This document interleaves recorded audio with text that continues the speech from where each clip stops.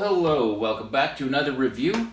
I'm Jason Peacock, and today we're talking about Batman Gotham City Chronicles, the newest big box game from Monolith Editions. So I'm going to give you as brief as possible overview of the rules. I mean, there's a lot going on. I'm going to try and simplify it. There's a lot out there as far as getting more detailed gameplay examples, and then I'm going to come back and I'm going to spend most of my time talking about my thoughts. So let's jump into the mechanics quickly. So the scenarios are set up in a mission booklet. There's a good assortment of them. Everything is going to be placed in certain positions at the start of the game. There's no freedom as to where you're going to start with things.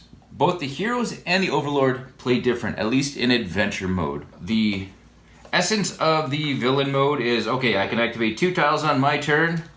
I'm going to get this many gems back at the start of my turn. I'm going to activate this guy. There's a 2 above him. He cost me 2 gems. He goes to the back.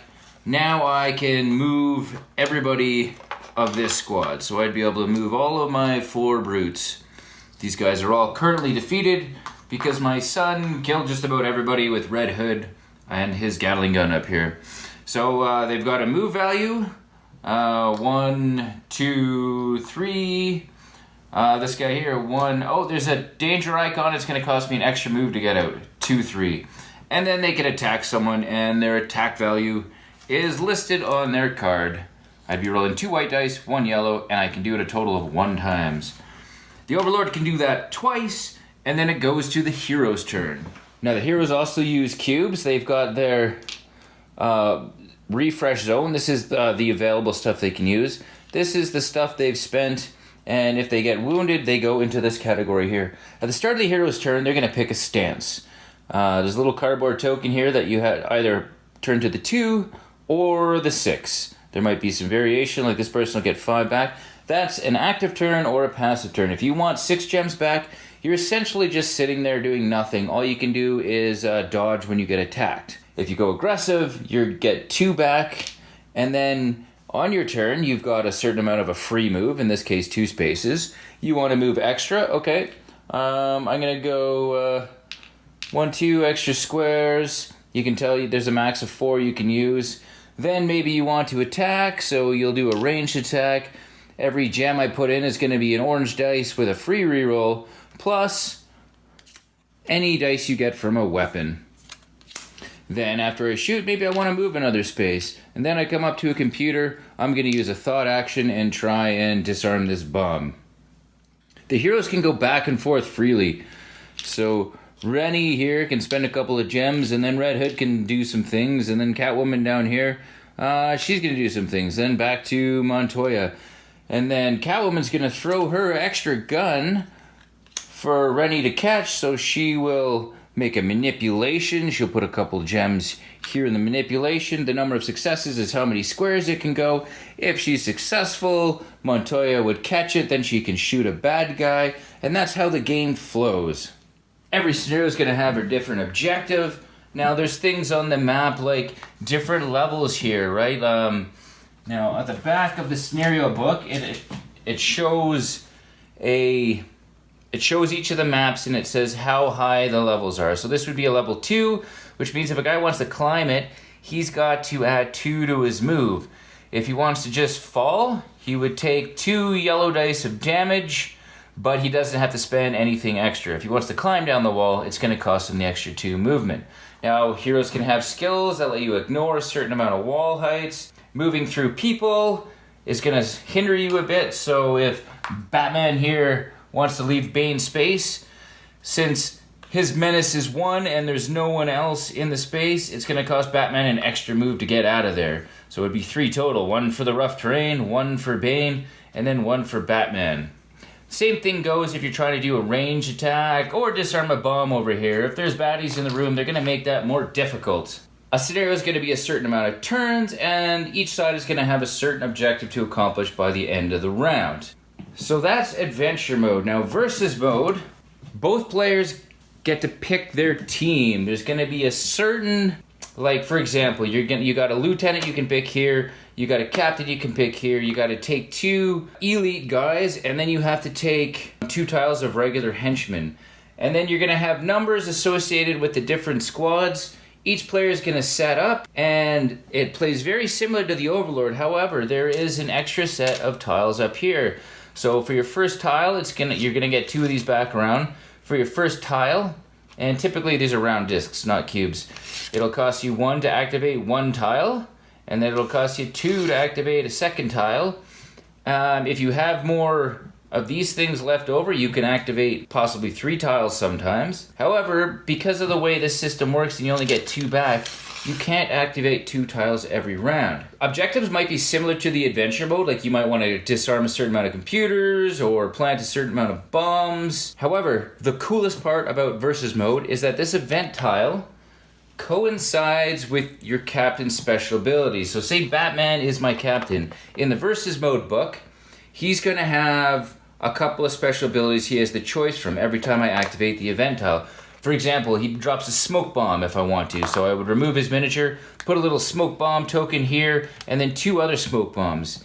If one of those smoke bombs get flipped up and it's nothing, then I just take away the token. But one of those 3 tokens would be Batman. And all the powers are very thematic. Almost all of them give you a choice of 2 or 3 different special abilities to use. And other than that, it's activating your tile, paying gems for extra movement, extra rerolls, or extra defense, similar to adventure mode. I'll go into more detail in my thoughts here, coming right up. Okay, so that's a very brief rundown on how it plays. What do I think about it? Well, let's start win condition, game length. Typically, a game, once it's set up, is probably around the 45 to 60 minute mark. For most scenarios. I played 6 or 7 scenarios by now, and I played a bunch of versus mode. And each scenario is going to have its own specific solution. For example, this is post the very first battle with Bane as the bad guy.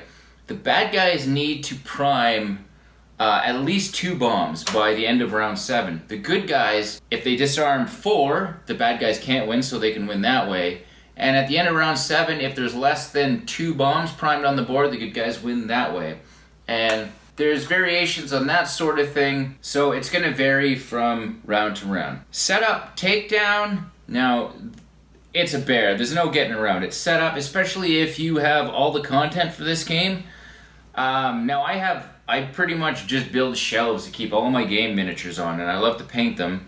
These are kind of in mid-painting process. I've got some primer on. I've only got a few completely painted Batman here and a couple of Catwomen, but they do paint up quick. They're, comic book style, so you don't use a lot of colors. But that aside, it's figuring out the scenario, digging through baggies of tokens, getting your minis out if you had everything in boxes. You're talking like probably 15 to 20 minutes setup time. However, every scenario, like this first one, is highly replayable. So if you have the game set up, it's kind of nice. I've got this one sitting at the kitchen table here. My son gets home from school, bam, we're already ready to go. And the first time you play a scenario, you're pressing buttons, you're trying to figure out what to do. Just say the villains win. Second game, you know the scenario, you're more aware of the terrain, you got a bigger sense of strategy, and then the games start getting really competitive. Last game we played, my son runs over here with Red Hood, picks up this Gatling gun. He gets to roll like 3 red dice, which, they say black's the most powerful because it's 4 on it, but red does the best hitting. For every success that you roll, or every excess above the one that you targeted, you can just apply to anyone else in line of sight. This guy up on the perched watchtower can see almost every exterior space. Next time we play, I'm gonna be sending goons up this escalator and make it a little harder for him to pick up that gun and just pick me off like fish in a barrel. So setup, takedown, it's an ain't no, open up the box, boom, let's get at it. It takes some setup time, like Arcadia Quest or a game like that. There's a lot of moving parts. Let's talk about components. Now, that's one thing Monolith excels at. These trays are gorgeous. The hero trays for Batman, it's definitely an evolution up for Conan, which are just flat pieces of cardboard. And You just have to make sure you don't knock everything off. So production-wise, for the components is beautiful. They've got miniatures to represent bomb tokens once they're primed. They got computer miniatures. The detail in the miniatures themselves is very decent. I wouldn't say it's exceptional. I think Conan is a better quality. Like the facial details take a bit more work to bring out. You really got to thin down your paints to pull details out of the face. But I'm not that picky with the minis, so I think they're fantastic. The cards are good stock. It comes with these game boards are double-sided. The base game comes with 2 double-sided game boards, and there's like 16 or 20 scenarios you can play just on those 2. Then you have the expansions, and oh my god, you'll never play everything for the game. Okay, storage, box size. Now, this game comes in 2 big boxes, one for the heroes, one for the villains.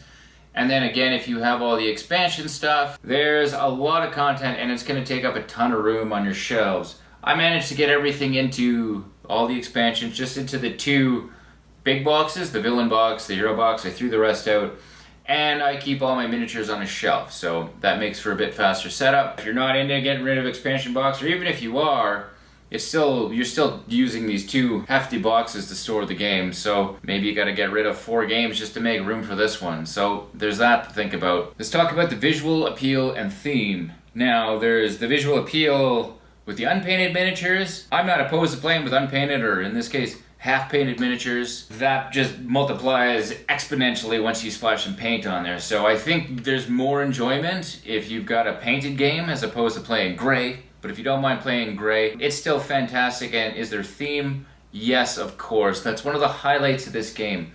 It's a Batman action game that makes you feel like you're Batman and co. Now, you can argue that, Batman got beat up by a bunch of thugs. That wouldn't happen in the comics, but Batman shouldn't have spent all of his gems punching Bane in the face to make sure he's down and leave himself weakened. For me, being able to climb walls, and like the heroes like Batman, they can jump up and down walls like almost nothing, right? It's the goons that you really have to, it's really costly for them to scale up a wall. So, just like Conan, this game has got the theme going on. Let's talk about the rulebook.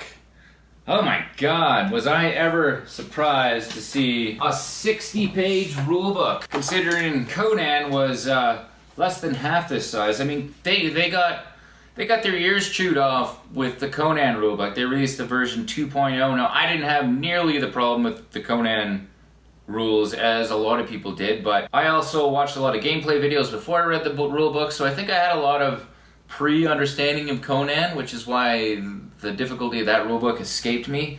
But this one here, even being experienced with Conan, is so convoluted. Now, granted, I know what they were going for. They've got an index, so you want to look up any one thing, boom, you flip to it. There's a good chance you got to jump to another page to get more info on that. But the best example of how convoluted this rulebook I can give you is if a hero has a command tile, they can take like a henchman squad, like in my son's case, he took these bats to go with Montoya. She can activate by spending 1 gem on her thought action, right?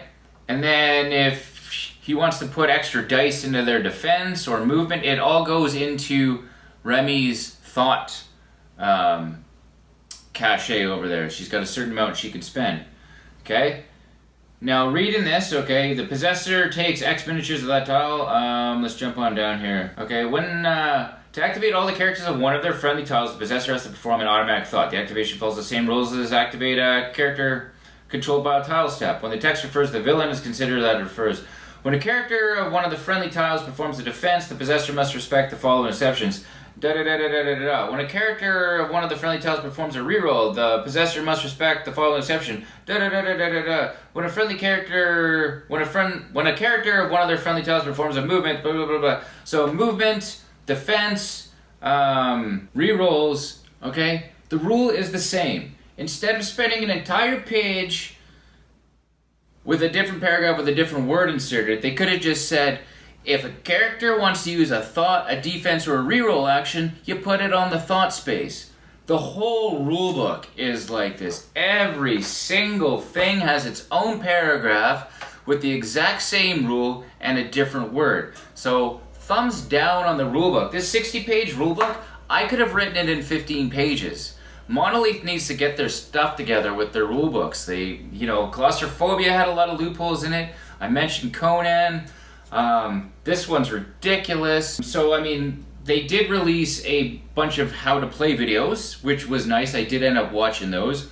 But the rulebook, plus my experience with Conan, plus the fact that there's 100 different icons on all the character tiles, which I know why they did it, to be a little more language dependent, to bring the cost down so I don't have to translate everything. But I had to go make my own or print off my own reference guide on BGG, and I think that is ridiculous. A company making a product like this it's absolutely mandatory to have reference cards for this sort of stuff. Same with rules reference. When there's this many rules to a game, put out a reference card, man. I know you can go on BGG and print out some generous user's created material, but come on. So, the rulebook sucks. I can work with it, but you gotta play half a dozen games to really start flowing with this and get everything between the elevation and all the different icons and the exceptions to this and the exceptions to that. It is a barrier you have to overcome. Let's get down to the main point. Is this game fun? What kind of table talk does this bring up? And that is one of the highlights. The game is very fun for me. It's got the crunchy resource management of where to spend your gems, what to hold off. You can't do everything. Oh, you missed with your gun, but you want to spend a gem re-rolling. Oh, you missed again? Are you Kevin Costner in Tin Cup where you just won't give up and you keep trying to hit that golf ball over the lake? Or are you going to be calculated, take your loss, and save some gems for your defense? That constant decision making really shines for me. That makes me smile when I'm playing a game like this. Luck of the dice. Sure, there's dice, but I think the better player is going to win because of smarter decisions and not from being lucky or unlucky with the dice. Of course, you mitigate it with the reroll. There's guns that give you rerolls. So yeah, sure, you can roll terrible all game and your best laid plans are responsible for a loss. But I don't really see it. It doesn't shine for me. For me, the dice make it exciting. It takes away, in combat, you want to have a little bit of chaos. You want to have a little bit of unpredictability. It also allows for having to have a backup plan if the dice don't go your way. You've got the tactical positioning of moving people to maybe slow the bad guy down. Maybe he's got 2 turns to get to a computer. All right, I'm going to move these guys here. I love the way the terrain rules work, even though, it's added complexity and the elevations. I just really like all that. So the game is fun, it's social, you're doing voices of the villain and Batman. I'm gonna get you, Bane, So the game is fun, and that's why I would recommend this game if you're willing to get past the other barriers, the complexity, the rulebook, having the icons, having to play a few games or more to get it down. As far as optimal player count goes, I played it at 2 and 3 players, and it plays up to 4. I think 2 and 3 is probably the sweet spot. You play with 4, that's cool, but there's not every mission is designed for a 4-player game. If your guy has to take a passive action and rest, it's nice to have another person you're controlling to move around. Playing 2 players, it's not even close to a big deal to use all 3 people, and you're probably even more efficient that way. So it scales good at all player counts. Unlike Conan, there's no player death in this. If you get completely beat up, you're just slowed down significantly. Like instead of being removed from the game, when you do a rest action, they go from your wounded zone into your fatigue zone. So I mean, at that point of the game where your guys are dropping, there's probably not a lot of game left in you at that point when you're getting you're spending an extra turn to get a few gems back. Replayability. This is another highlight because this first scenario, I can go ahead and play this 20 times. Like I said, you can play as the villain and then the hero, see how you do. You can play as the villain 10 games in a row, and you're always trying to counter your opponent. Like I mentioned, the next game, Hayden's going to be my son. He's going to be going for this Gatling gun with Red Hood again. I know what he can do with this Gatling gun, so I'm going to divert some of my goons running up here to, slow or hinder that strategy that he might be going for. Maybe he's just going to go for get me to run up there thinking he's going to do that. Meanwhile, he's going hard, start disabling these bombs and planting the computers. And then, you know, the next game I might have to allow for what if he does one or the other. So it very much shines for replayability. You can play each scenario many times, and that's the way the game was designed. It's very, you know, chess-like in where you're moving people to.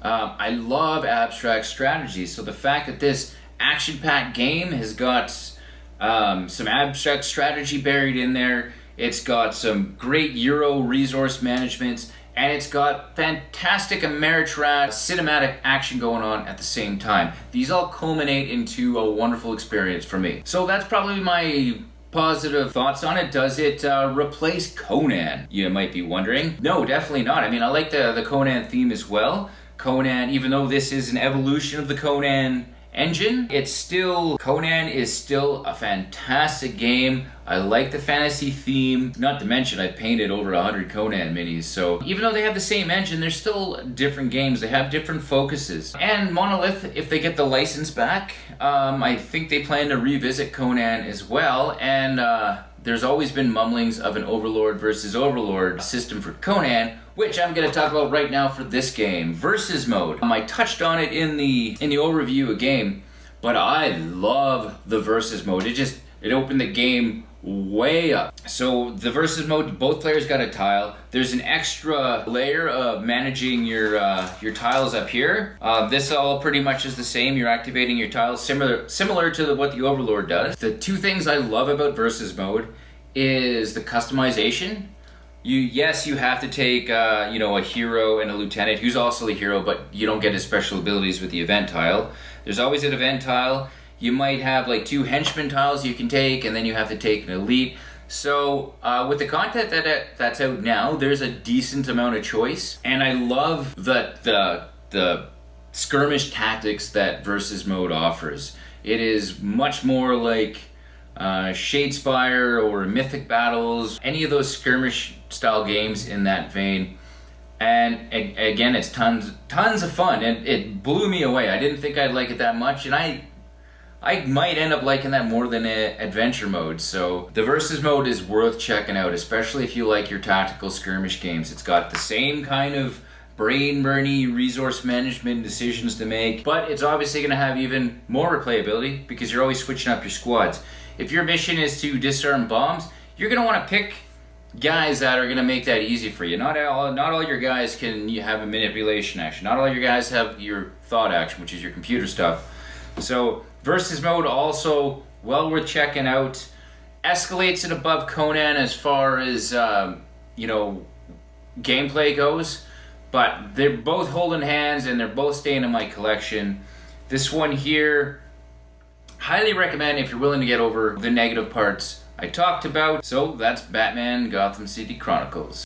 Thanks so much for watching the Dice Tower videos. Find more great videos and reviews, as well as our top-rated audio podcast at Dicetower.com.